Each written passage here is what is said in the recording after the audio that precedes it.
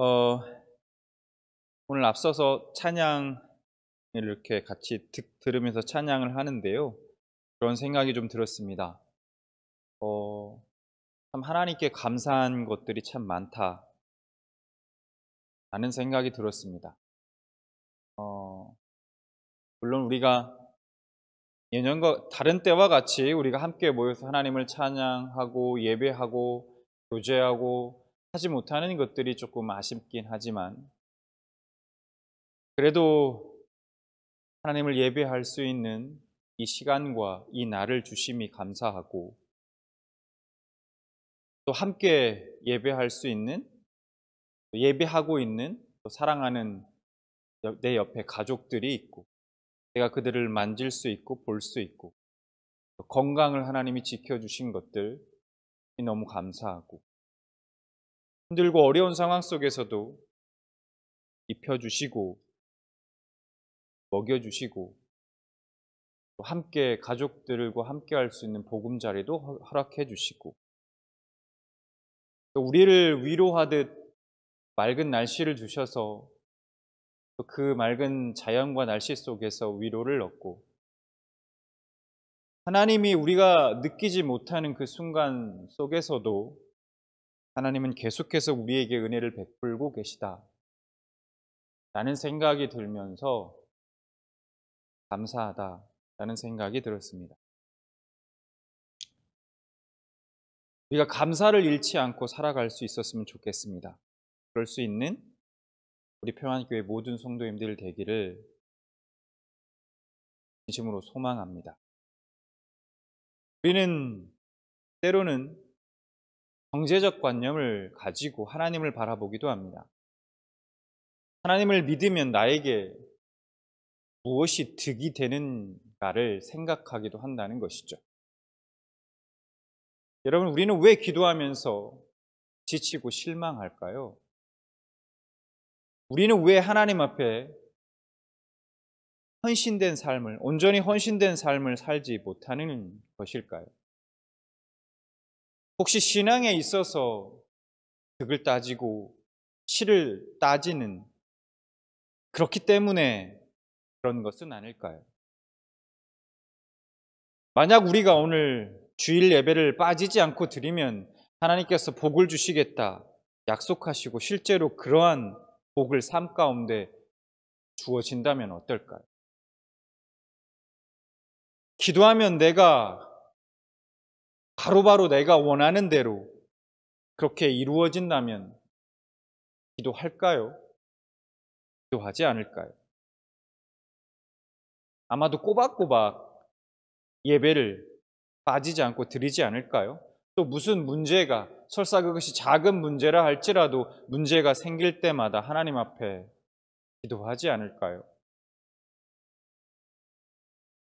그런데 예배를 드리고 우리가 기도를 해도 실제로 우리의 삶이 그다지 달라지는 것이 없다고 느낀다는 겁니다. 뭔가 삶 가운데 변화가 피부에 와 닿지 않는다는 거죠. 우리는 기도하면서도 그 기도의 응답이 내 뜻대로 이루어지기를 원합니다. 그런데 실상은 어떻습니까? 내 뜻대로 이루어지는 경우도 있지만 물론 그렇지 않은 경우도 있습니다. 아니, 그렇지 않은 경우가 훨씬 더 많은 것 같습니다.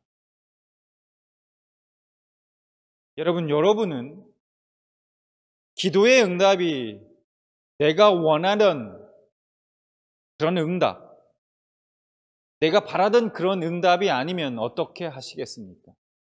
그래도 계속 기도하시겠습니까? 우리는 내 뜻대로 돼야 합니다. 그래야 성이 차요. 그래서 하나님조차도 때로는 내 뜻대로 움직여 주시기를 원합니다. 제가 한국에서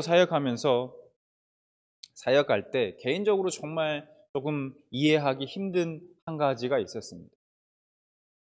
매년 입시철만 되면 수험생을 위한 특별 새벽 기도회라는 그 타이틀을 걸고 새벽 기도를 진행하면 평소에는 평소 새벽 기도 때는 텅텅 비어있던 그 자리가 앉을 자리가 없을 정도로 꽉꽉 차는 것을 보면서 솔직히 좀 이해하기 힘들었습니다. 맞습니다. 시험을 잘 보게 해달라고 그렇게 기도하는 것이 무엇이 나쁘겠습니까? 다만 왜 평소에는 텅텅 비어있던 그 예배당의 자리들이 수험생을 위한 특별 새벽 기도회 라는 타이틀을 걸고 그렇게 하는 새벽 기도회 때만 꽉꽉 들어차는 걸까 하는 거죠. 자녀들이 잘 되는 것을 바라는 것이 부모의 마음인 것을 그거 10분 이해합니다. 이해하지만 자녀가 잘 되게 하기 위해 부모가 새벽 기도에 참석해 간절히 기도하면 하나님이 그 기도를 들어주시지 않을까. 그렇게 생각하면서 혹 자녀가 가는 길에 하나님을 이용하려는 것은 아닐까.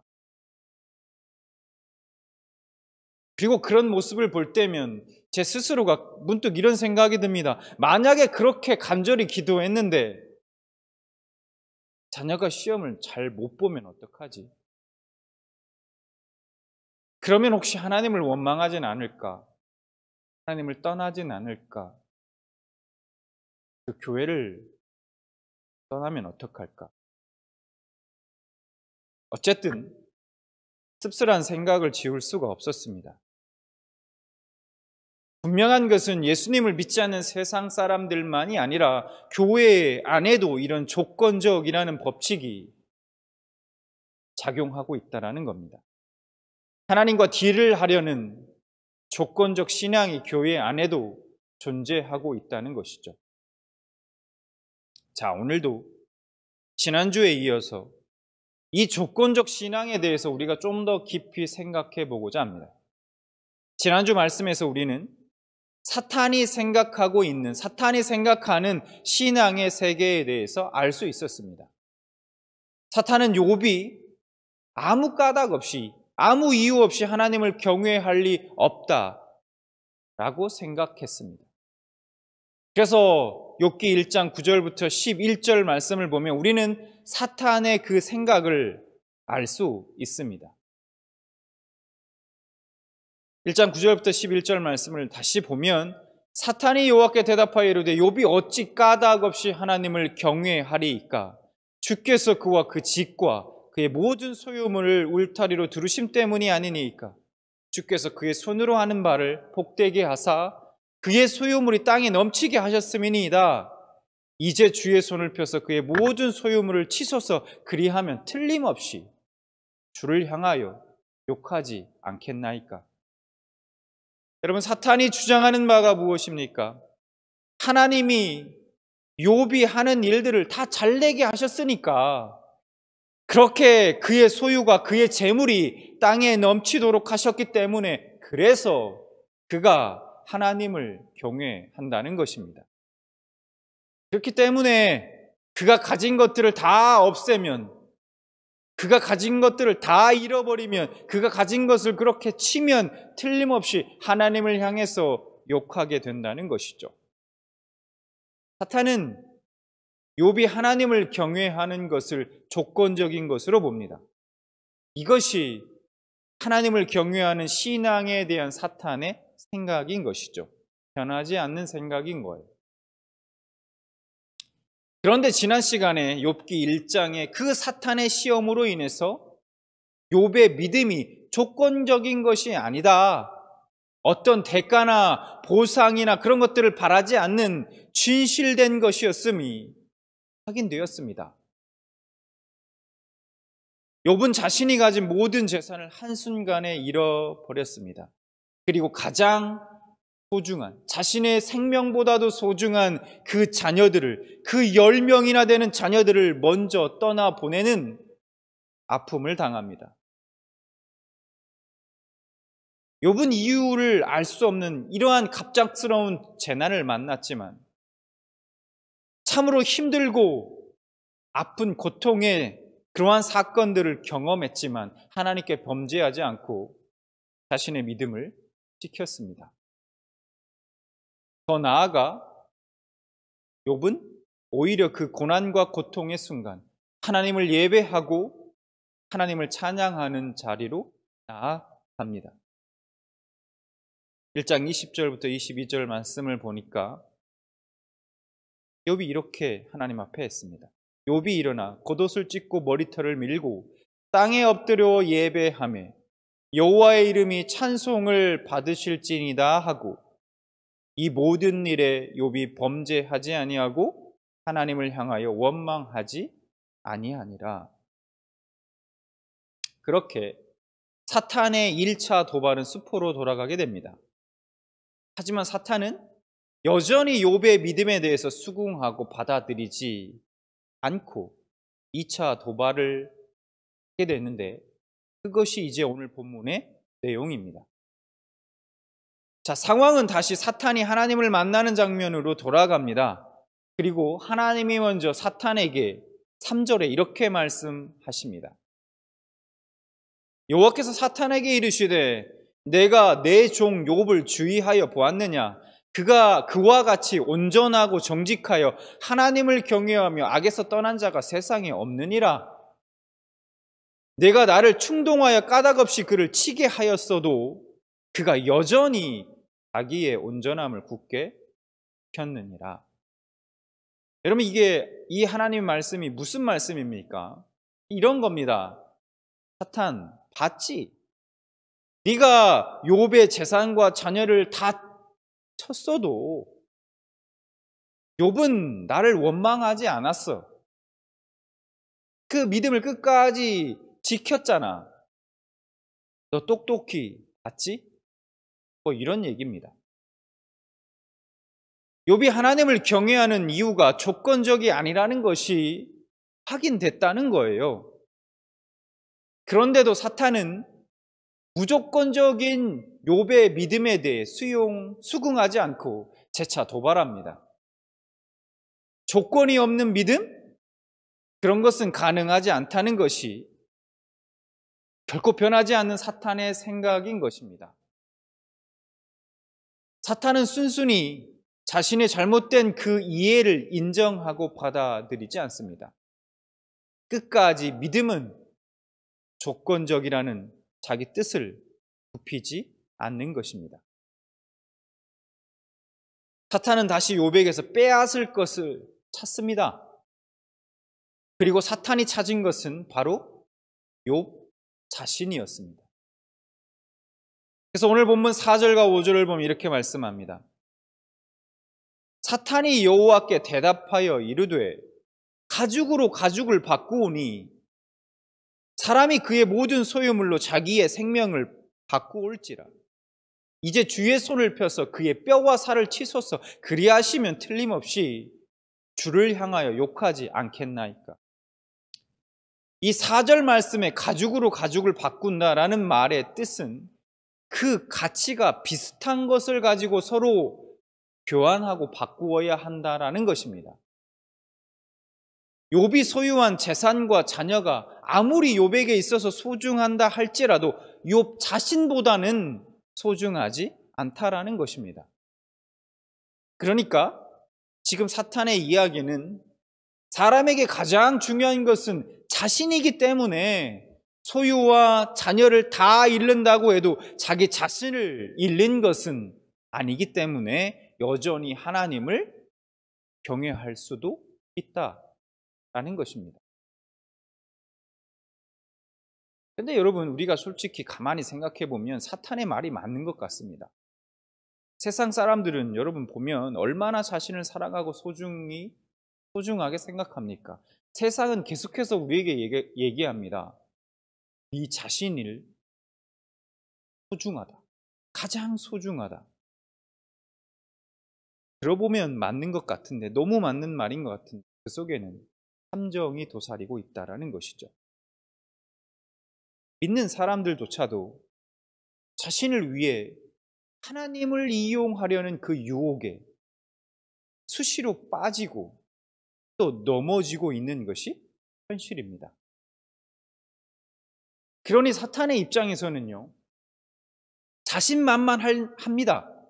그럴 것 같아요.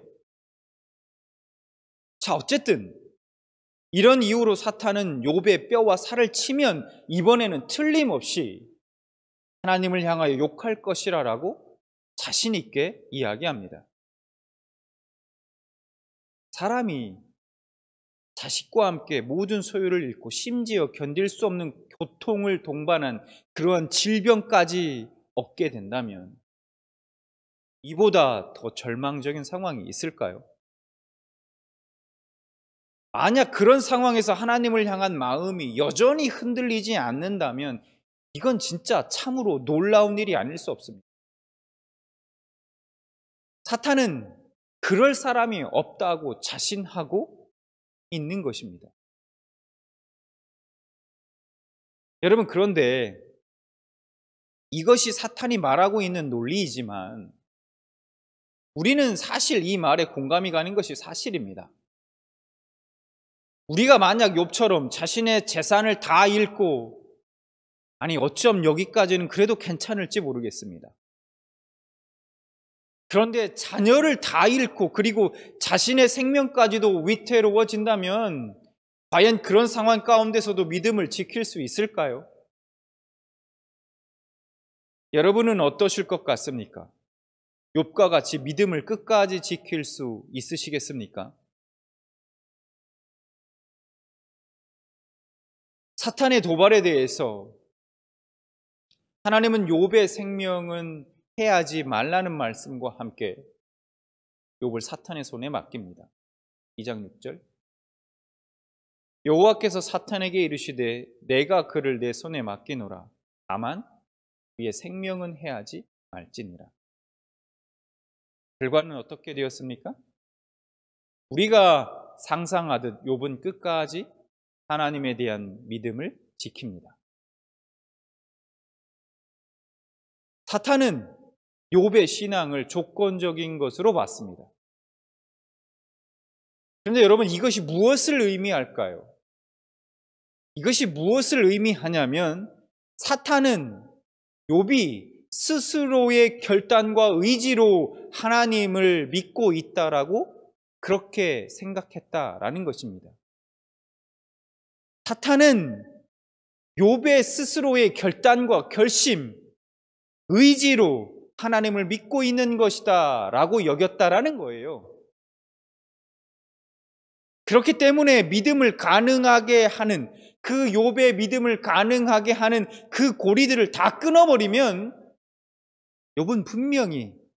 욥은 반드시 하나님을 욕할 것이라 그렇게 생각한 것입니다. 그러나 사탄이 모르고 있는 사실이 하나 있었습니다.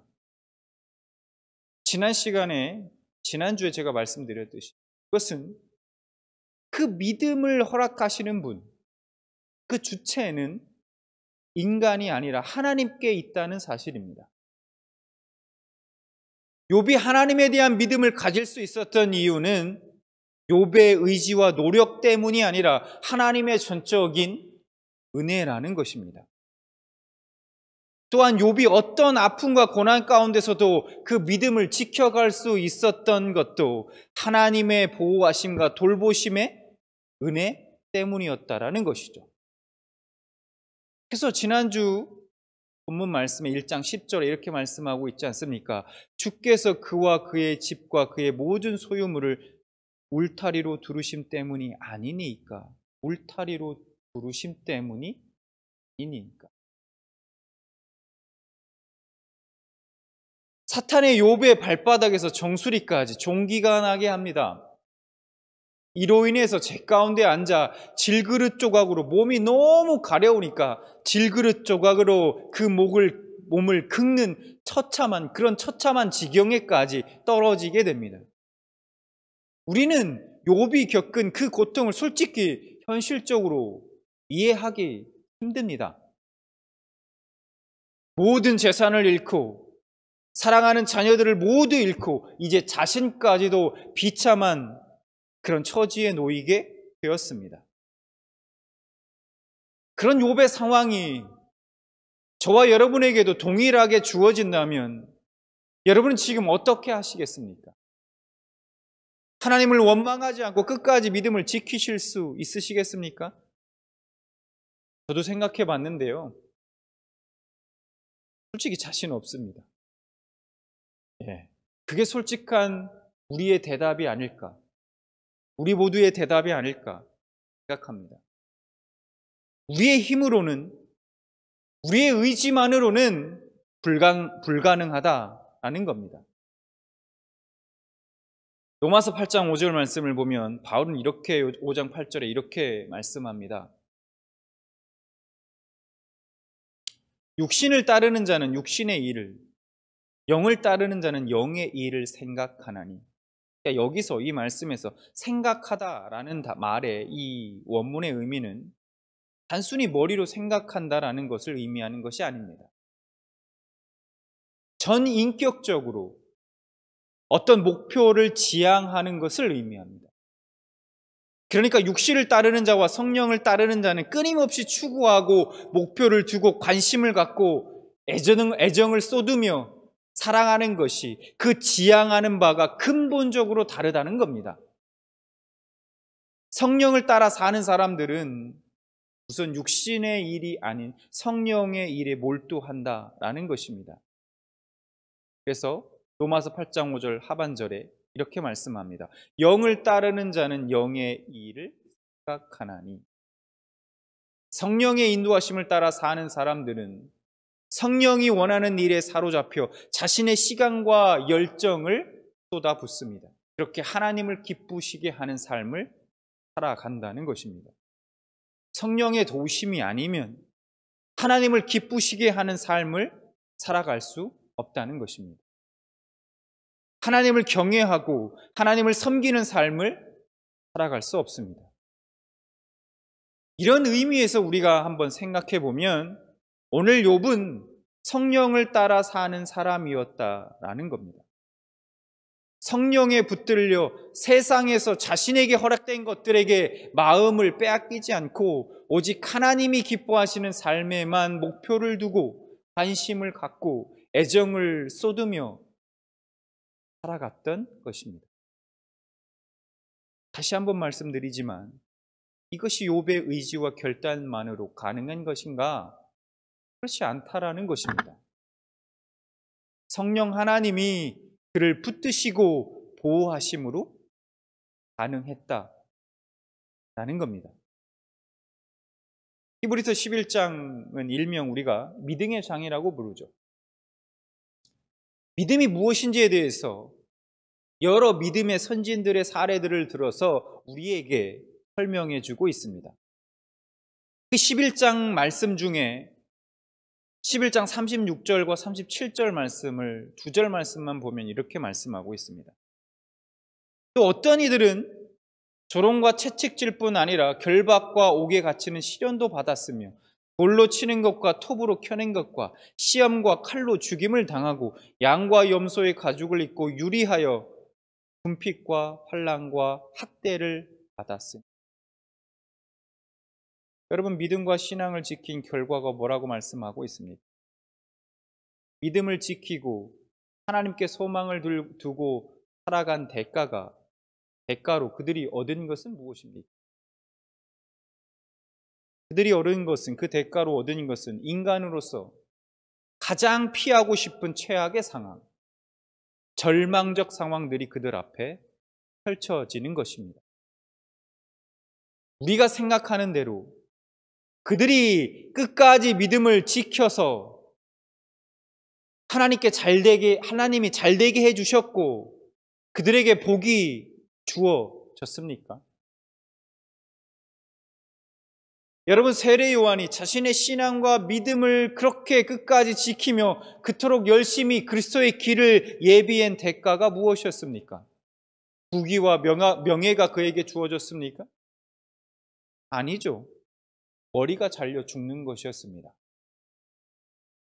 여러분, 인간적으로 생각해 보면 세례 요한도 한 사람의 인간으로서 이 땅 가운데 그냥 부와 명예 이런 거 말고 그냥 한 인간으로서 평범한 삶을 누리고자 하는 그런 욕심이 없었겠습니까? 그냥 결혼을 하고 가정을 이루고 자녀를 낳고 그런 삶을 살아가고 싶은 그런 생각이 없었을까요? 그가 자신의 신앙과 믿음을 지키면서 자신에게 주어졌던 사명, 그리스도의 길을 예비하는 그 사명을 끝까지 감당한 대가가 무엇이었냐는 것이죠. 그냥 순교하는 것이었습니다. 이들의 살아간 삶 속에서 조건적 신앙을 논할 수 있을까요, 과연? 그러면 그들은 어떻게 아무 조건 없이 하나님을 위해 자신의 생명도 아낌없이 내어놓을 수 있었을까요? 그들의 의지만으로 가능했을까요, 이것이? 우리가 너무나도 잘 알고 있는 예수님의 수제자 베드로가 있죠. 베드로라는 인물이 있습니다. 3번씩이나 두려워서 3번씩이나 예수님을 부인했습니다. 우리가 사실 우리를 본물 속에서 나오는 이 욥보다는 인간적으로 보면 이 베드로가 더 끌립니다. 왜냐하면 우리랑 매우 닮아 있거든요. 연약하고 두려워하고 우리 자신이 동감되기 때문에 그렇죠. 이런 평범한 인간, 도저히 생각만 해도 두려운 그 십자가를 절대로 질 수 없을 것만 같았던 베드로였지만 그는 결국 십자가에서 거꾸로 매달려 죽임을 당했습니다. 어떻게 그가 아무 조건 없이 복음을 위해 순교당할 수 있었을까요? 그것이 베드로의 의지와 노력만으로 가능한 일이었을까요? 베드로의 인생은 사도행전 2장에 나오는 오순절 성령 강림 그 사건을 기점으로 그의 인생이 180도 달라지게 됩니다. 여러분, 우리도 마찬가지입니다. 우리의 노력과 의지로는 결단코 하나님을 섬길 수 없습니다. 믿음을 지켜갈 수 없습니다. 그러므로 사실 우리는 지금 믿음을 지키고 하나님을 섬기고 살아가고 있는 것만으로도 우리는 하나님께 감사해야 합니다. 주님의 팔로, 지금도 주님의 팔로 우리를 붙들고 지키시고 보호하시고 계시기에 우리는 오늘도 그 믿음을 지키고 하나님을 섬기며 살아갈 수 있는 것입니다. 그러므로 우리는 늘 하나님께 우리의 믿음을 끝까지 지켜갈 수 있도록 날마다 간구해야 합니다.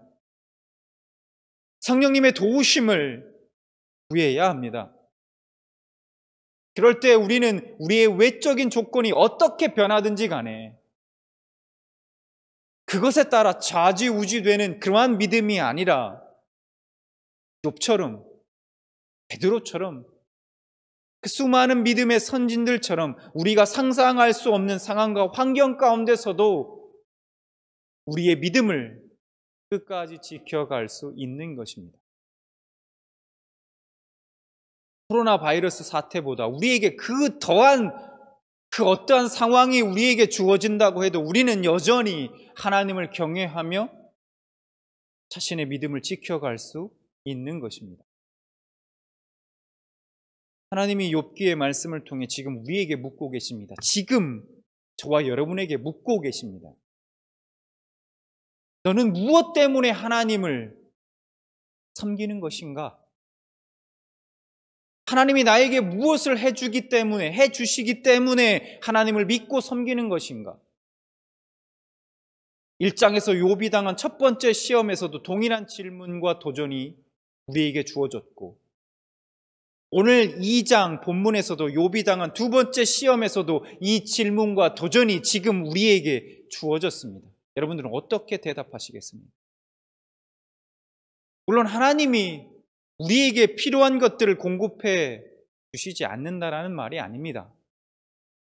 하나님은 당신의 백성들과 자녀들에게 필요한 것을 공급해 주시고 좋은 것으로 입히시고 먹이시고 누리게 하시기를 원하고 계십니다. 그래서 우리는 그 하나님을 향해 좋으신 하나님, 신실하신 하나님, 사랑의 하나님이라 고백하지 않습니까? 그러나 그것이 우리가 하나님을 믿고 섬기는 이유의 전부가 아님을 우리는 명심해야 합니다.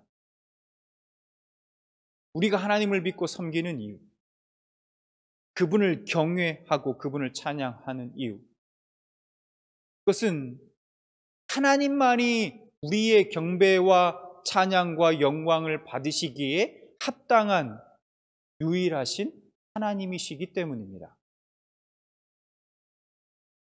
그러나 연약한 우리의 의지만으로 우리는 결코 그 하나님을 섬길 수 없다는 것입니다.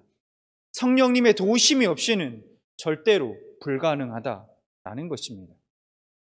우리는 조건적 신앙에 빠지지 않고 온전히 하나님을 섬기기 위해 항상 성령님을 의지해야 할 것입니다. 그러므로 나의 삶의 모든 것이 세상이 내 뜻대로, 내 마음대로, 내 계획대로 되지 않더라도, 또 내가 나의 신앙을 지키고 믿음을 지켰는데 그 결과가 내 생각과 다를지라도 우리는 변함없이 믿음을 지키며 하나님을 경외하고 섬길 수 있을 것입니다. 여러분의 신앙과 믿음의 목적이 하나님이 하나님 되시기 때문에, 나를 위해 하나님의 전부이신 그 예수 그리스도를 내어주신 그 사랑이 여러분의 삶과 여러분의 믿음의 가장 중요한 목적이자 동기가 될 수 있기를 진심으로 소망합니다.